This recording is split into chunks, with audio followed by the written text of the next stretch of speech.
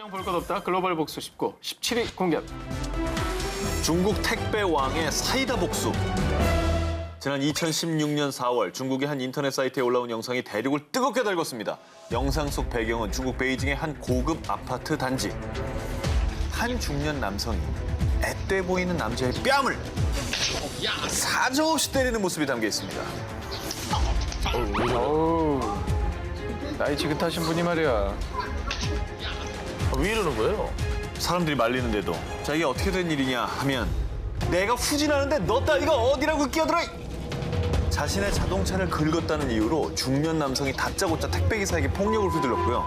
택배기사는 아무런 저항도 없이 그저 맞기만 했는데요. 이후에 택배기사가 차주에게 400위안, 약 6만 원의 합의금을 전한 것으로 이 사건은 마무리되는 듯 했습니다. 심지어 합의금까지 받아갔군요. 받아갔어요. 하지만 이 동영상과 사연이 퍼지자마자 인민들은 대분노합니다. 자, 그런데요.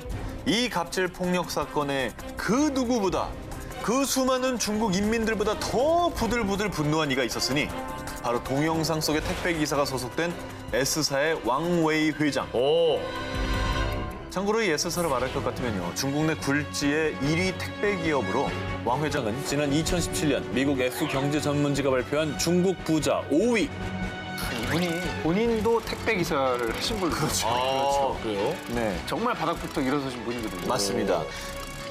우리 직원을 때린 이 사건에 대해 끝까지 책임을 묻겠습니다. 그렇게 하지 않으면 저는 이 기업의 회장이라고 할 수 없을 겁니다. 멋지다. 이렇게 회사 측에 강경한 입장을 전한 뒤에 폭력을 행사한 남성에게 똑같이 뺨을 치지는 않았고요. 어허. 주먹보다 센 게 뭡니까? 법이죠. 고소를 합니다. 참교육이네, 참교육. 정말 참교육 들어가신 만약에 거죠. 저 왕 회장이 같이 따기를 때리거나 주먹으로 했다면 좀 실망했을 것 같아요. 또 다른 갑질이 될 수 예, 있죠. 예. 예. 그가 이 사건에 적극적으로 나선 이유, 바로 왕웨이 회장의 특별한 직원 사랑 때문이었는데요. 그는 기업 행사에서 우수 직원에게 선발된 이에게 90도로 허리 굽혀 인사하는 모습이 화제가 되기도 했고요. 야. 실제로 늘 기업의 최대 자산이 직원이라고 그렇게 강조하는 CEO였다고 합니다. 결말 어떻게 된지 궁금하지 않습니까? 아, 궁금해요. S사 택배기사를 폭행한 남자는 결국 중국 공안에서 조사를 받았고요. 오. 갑질을 행사했던 그 남자는 또해부치 잘못했습니다. 다시는 안 그러겠습니다. 이렇게 택배기사와 S사 측에 사과를 했다고 합니다. 근데 저렇게 하는 회장을 본 직원들의 기분이 어떻겠습니까? 애사심이 더 이제 뿜뿜이죠. 배달을 100번 올라가는 하면서도 나 정말 충성심도 생기고 더 열심히 하게 되고 힘도 나고 안 그렇겠어요? 근데 사실은 저거는 복수라기보다는 해야 될 일을 한 거예요. 그렇죠. 시원합니다, 아주. 인정 사정 볼 것 없다. 글로벌 복수 19, 16위 공개합니다. 내 동생의 복수는 나의 것. 인도 북부 우타르 프라데시주 바울리아 지역의 한 초등학교. 12살의 한 소녀가 수백 명의 무고한 목숨을 앗아갈 뻔한 끔찍한 사건이 있었는데요. 비극의 시작은 4개월 전. 당시 10살이었던 남동생 B군은 같은 반 친구들에게 매일같이 심한 괴롭힘을 당했습니다. 그리고 그 강도는 점점 심해져 갔는데요. 어느 날 야, 오늘은 제 머리를 돌로 맞춰보자. 하하이, 재밌겠는데? 그런데 이 짓궂은 장난은 결국 동생을 죽음으로 몰고 갔습니다. 어머. 아니, 돌로 머리를 치면 어떡해. 아, 그 장난이라도 그 정도가 있죠. 그런데 이 친구들이 미성년자라는 이유로 가해자가 청소년 보호시설에 가게 됐을 뿐 별다른 처벌을 받지 않았습니다. 그러자 피해자의 누나는 큰 분노에 휩싸이게 됩니다. 그리고 3개월 뒤 2018년 7월 17일 학생들의 점심을 준비하던 요리사 라디카는 화장실을 가기 위해 잠시 자리를 비웠다 돌아왔는데요. 급하게 주방을 나서는 한 소녀를 마주칩니다. 소녀가 다녀간 자리엔 수상한 흔적이 남았는데요. 그날 점심 메뉴였던 인도식 수프 요리 달. 그런데 윗부분에 하얀 층이 생겼고요. 악취까지 풍겼습니다. 요리사 라디카는 즉시 교장실에 이 사실을 알렸고요. 교장 선생님의 신고로 출동한 지역 경찰관의 조사 끝에 충격적인 사실을 발견했습니다. 아무래도 요리에 독성분이 들어간 것 같습니다. 어머. 애가 독을 넣은 거예요? 그 누나가 그 요리에다 독을 푼 거네요. 그랬는 거 같나 보다. 내 동생을 죽이고 넌 왜 아무렇지 않지? 내가 직접 심판해주겠어. 내 동생을 괴롭힌 애들도 그리고 웃으면서 지켜본 애들도 모두 벌을 받아야 해. 전교생 급식에 독을 넣어 모두에게 복수하려 했던 겁니다. 전교생이요? 그 이제 동생을 잃은 슬픔은 이해하지만 무차별로 저렇게 다 독살하려고 했던 건 전 좀 전 아니죠, 전 아니죠. 인정 사정 볼 것 없다. 글로벌 복수 19, 13위 공개합니다. 복수를 위해 가족을 죽였습니다. 2016년 11월 미국 엘라베마주 컬먼 법원 40년형을 선고받은 제이 메이너. 그는 자신의 장인을 총으로 쏴 죽이고 법의 심판대에 오르게 됐는데요. 그런데 판결이 난 직후 사람들의 반응이 심상치 않았습니다. 급기야 가해자 제이 메이너의 석방을 위한 탄원 운동까지 일어났는데요. 왜? 또 왜죠? 가족을 죽였는데 거의 폐륜 범죄 아닌가요? 아니 어떻게 저기에 탄원 운동을 할 수가 있지? 거기엔 제이 메이너의 기구한 사연이 숨어져 있습니다. 자, 그에게는 사랑스러운 딸 줄리아 메이너가 있었는데요. 그러나 그녀에게는 깊은 상처가 있었습니다. 어린 시절 자신 어머니의 양아버지 레이먼드 얼 브룩스로부터 성적 학대를 당했습니다. 당시 줄리아의 나이는 고작 4살. 하지만 9살이 된 줄리아가 이 사실을 경찰에 알리면서 발각. 결국 2002년 레이먼드는 성폭행 혐의로 유죄 판결을 받게 됐습니다. 그러나 손녀에게 수년간 몹쓸 짓을 한 레이먼드에게 내려진 선고는 고작 징역 5년.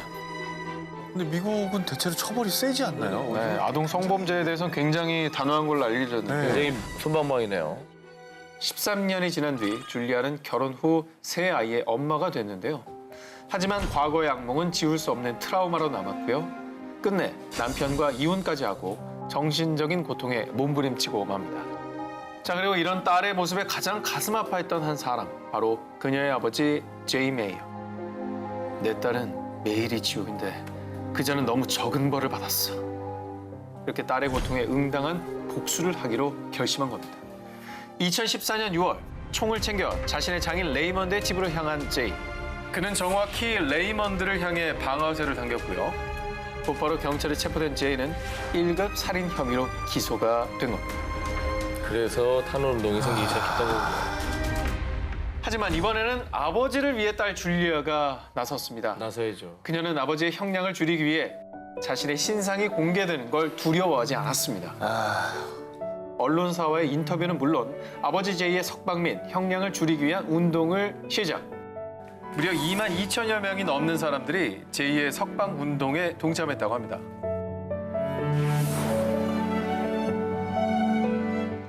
인정 사정 볼 것 없다. 글로벌 복수 19, 9위 공개합니다. 인도 모든 딸을 위한 복수. 항공기 참사 때문에 벌어진 복수. 인도 델리 북동부의 카주리 카스 지역. 작은 집들이 옹기종기 모여있는 좁은 골목을 지나 한 남자가 경찰서로 들어섰습니다. 그러더니 저를 신고하러 왔습니다. 아니, 본인을 신고한다고요? 자수? 뭐죠? 이거 좀 자수네. 이동식 노점에서 햄버거를 판매하는 한 가정의 가장 자멜 굽타와 그의 딸 시라. 그런데 어느 날부터 딸 시라의 말수가 부쩍 적어지고 이름만 불러도 깜짝깜짝 놀라기까지 했다고 합니다. 갑자기 변한 딸을 보며 마음이 편치 않았던 아빠 굽타. 그런데 아빠, 저 사실 임신했어요. 이제 고작 14살짜리 딸이 임신이라니. 아빠 굽타는 대체 어찌된 일인지 자초지종을 물었습니다. 그렇게 알게 된 충격적인 사실. 5년간 같은 건물에서 가족처럼 지내다시피 한 이웃 옴카 싱. 평소에도 삼촌처럼 잘 따랐기에 그날도 삼촌과 함께 놀기로 했는데 이때 짐승만도 못한 싱은 시라에게 정말 해서는 안 될 몹쓸 짓을 저지른 겁니다.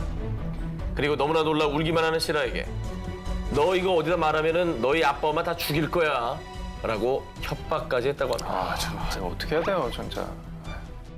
딸에게 이런 사실을 모두 들은 아빠 굽타는 참을 수 없는 분노에 부들부들 떨었습니다. 그래서 아빠 굽타는 일단 그를 딸에게서 떼어놓기로 마음을 먹고 싱을 자신의 집으로 초대했습니다. 이제 더 이상 내 딸 눈앞에 걸리적거리지 말고 조용히 여길 떠나. 아이 그러게 그 딸 간수 좀 잘하지. 근데 요즘 더 이뻐졌던데. 아이씨 내가 연기하고 내가 화가 난다. 정말 후한무치한 인간이네요, 진짜. 조금도 반성하지 않는 싱의 말에 대분노를 한 아빠. 딸을 둔 아빠의 복수. 수건으로 싱의 목과 손을 묶은 뒤 그의 목을 졸라 살해하고 말았습니다. 뭐 이거 역시 참 슬픈 사연이네요. 다음 특종을 소개하겠습니다. 역대 최악의 항공기 재난으로 손꼽히는 2002년 위버링겐 상공 충돌 사고. 그리고 이 사고에 얽힌 안타까운 복수 들려드리겠습니다. 한 가정의 가장인 러시아인 비탈리 칼로예프. 그는 스페인에서 건축 설계사 일로 장기 출장 중이었습니다. 흔히 말하는 기러기 아빠였던 비탈리 칼로예프는 무려 1년 반 만에 가족을 만나게 됐는데요. 아빠를 보기 위해 가족들이 스페인으로 놀러 오기로 한 거죠.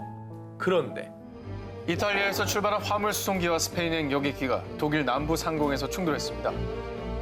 자신의 가족이 탑승해 있을 바로 그 비행기에 사고 소식을 뉴스로 접한 것이죠. 당장 독일로 향한 하지만 결국 사고기 잔해 틈에서 이미 세상을 떠난 아이들과 아내의 시신을 마주하게 됩니다. 당시 이 사고는 막을 수 있는 인재였다고 합니다. 쥐리히의 항공 관제를 담당하던 스위스의 S사. 그런데 원래 아무리 능숙한 관제사라도 반드시 2명 이상은 상주하도록 규정이 돼 있습니다. 이곳 S사의 항공 관제사 배치 인원이 2명이긴 했으나 그중에 1명이 규정을 어기고 잠시 휴식을 취한다며 자리를 비웠습니다. 이때 스위스 상공에 들어선 독일 D항공의 벨기에 화물기가 연료 절약 문제로 고도를 상승해도 되느냐 물었는데 홀로 관제센터를 지키던 피터 닐슨은 제대로 확인도 하지 않고 허가를 내려버린 겁니다. 그런데 문제는 이때 스페인 바르셀로나로 향하던 러시아 B항공의 여객기가 이미 같은 고도로 비행하고 있었던 것이었죠. 그렇게 두 기체는 그대로 충돌. 결국 두 비행기의 탑승자는 전원 사망했습니다. 그런데 스위스 정부 측에서는 관제사의 잘못이라기보다는 공중 충돌 방지 장치를 확인했어야 했다라며 책임자 처벌을 뒤로 미루고 심지어는 피해자 유족들에게 그 어떤 사과나 보상조차 하지 않았다고 합니다. 그리고 사고는 안타깝지만 저는 법적으로는 아무런 잘못이 없습니다. 당시 혼자 자리를 지켰던 관제사 피터 닐슨 또한 그 어떤 사과도 하지 않은 채 피해자들을 기리는 추모식에도 참석하지 않았다고 합니다. 참을 수 없는 분노로 휩싸인 가장 칼로예프는 관제사 피터 닐슨에게 진정한 사과를 받기로 마음을 먹습니다. 그리고 사고가 발생한 지 1년 7개월이 지난 2004년 2월 관제사 피터 닐슨의 집을 방문한 칼로예프. 피터 닐슨 씨, 당신의 실수로 하늘을 떠난 두 아이의 사진입니다.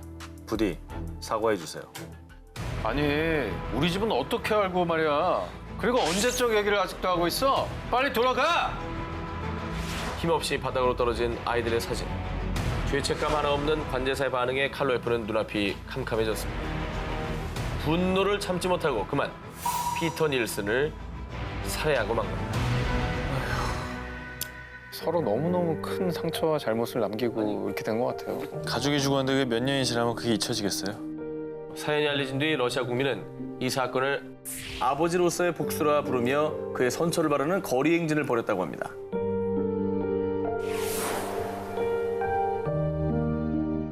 인정사정 볼 것 없다. 글로벌 복수 19. 6위를 공개합니다. 성직자의 탈을 쓴 성범죄자.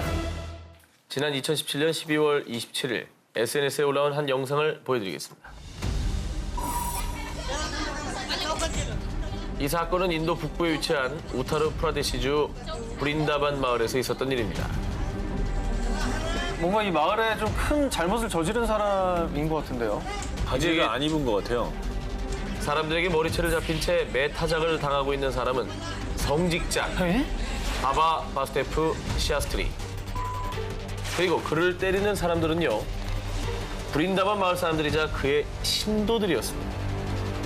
이 마을에서 10년 동안 성직자로 생활했던 바바 바스테프 샤스트리가 공공의 적이 된 사연 3개월 전으로 거슬러 올라가 보겠습니다.